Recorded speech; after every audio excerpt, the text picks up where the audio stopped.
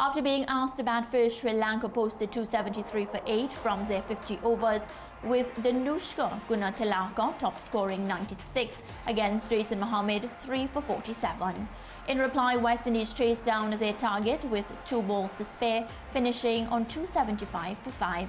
Evan Lewis top scored with 103, with his opening partner Shai Hope chipping in with 84. They had shared a 192-run partnership for the opening wicket. Scores in the match: Sri Lanka 273 for 8, West Indies 275 for 5. So George Lance, of course, you know, when the match was going on, West Indies, we had to go down to the wire, of course, to make the score. But this is West Indies' highest successful chase against Sri Lanka. Is this a sign of good things to come? I'm careful. What we've been enjoying as West Indies cricket fans in recent weeks are very good performances against bad teams. I'm not complaining, because in the not so distant past we had very bad performances against bad teams. So now that we're beating bad teams, I'm not going to complain.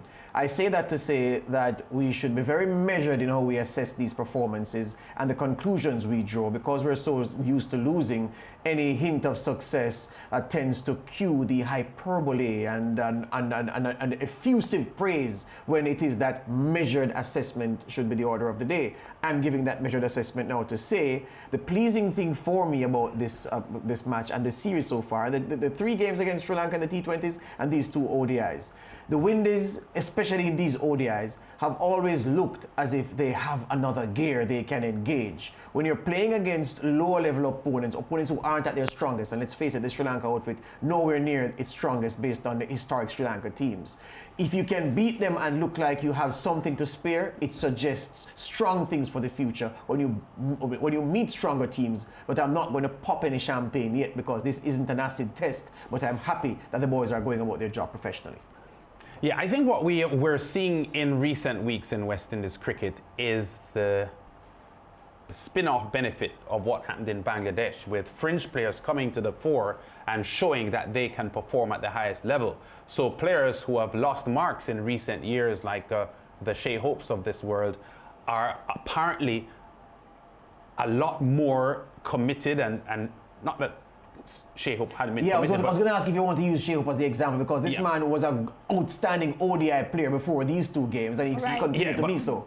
I know, but I'm just saying that the seriousness with which he's approaching his cricket, I'm not talking about the format now, I'm just talking about his mental approach to the game, is clear to me that he is showing that he wants the world to know that Shai Hope is still an outstanding batsman. Right. And I think that because of what the Kyle Mayers and the Nkrumah Bonners had done in Bangladesh, a lot of the players who have been first choice picks for the past 3 years probably now recognize that they have to continue or have to, in a very profound way, show what they have. And there, in a nutshell, there is a lot more competition now for places in the West Indies team. And Evan Lewis has been seen as long as he is fit, a sure pick for white ball cricket for the West Indies.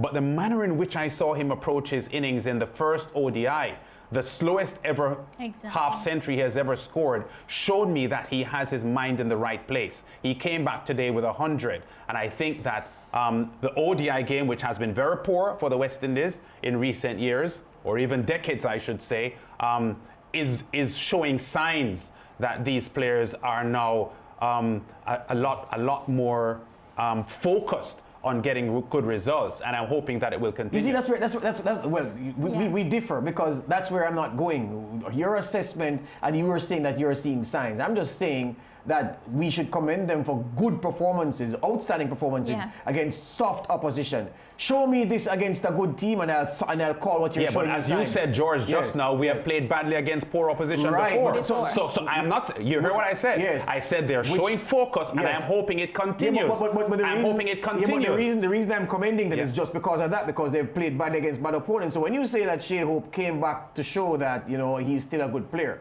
no one doubted his class as an ODI batsman. The fact is that even the selectors have not been convinced enough to give him a test pick. They're waiting some more, yes. right? But I'm saying as an ODI, nobody has ever questioned Shea Hope as an ODI player. Yes. And what we have seen from him is just affirmation of what we knew before. Yes. I'll take the point that there is strong competition now for the places, and you get the sense that players are under some pressure now to perform and keep their place that they haven't had. Which is the basic point I'm making, because good. Evan Lewis, what I've seen from Evan Lewis in the past week is a player that looks very, very responsible and very serious about his career. And I'm not saying he hadn't been serious before, but his shot selection and his attitude towards building an innings, I'm seeing something that I didn't see before. Exactly. I'm hoping it continues, because I'm not the kind of person to look at 1 week of cricket and, you know, draw conclusions from it. So I'm just saying that there are signs, and I'm hoping that they play through that and develop from here. I love that. I think, you know, Evan Lewis realizes that he has to assume, you know, a more responsible role where this team is concerned. And I enjoy seeing him. This is something new from him, and I have to say that. And I am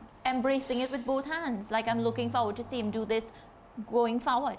George is fuming, Mariah. No, I'm just saying that, you know, show me against a strong side, and I'll be convinced. No, well, when that time comes. No, but I'm not even asking about being convinced, George. That's what I'm saying. I'm not talking about being convinced. Yeah. I'm just saying that I'm seeing some signs, and I'm hoping that they will continue to show this, because this needs to happen for months and years for me to be convinced. The producer is hurrying us, as he should, but that's the equivalent of planting a seed today, lying on the ground and saying you're seeing growth. No, well, we're not lying on the ground yet. We're waiting to face another team.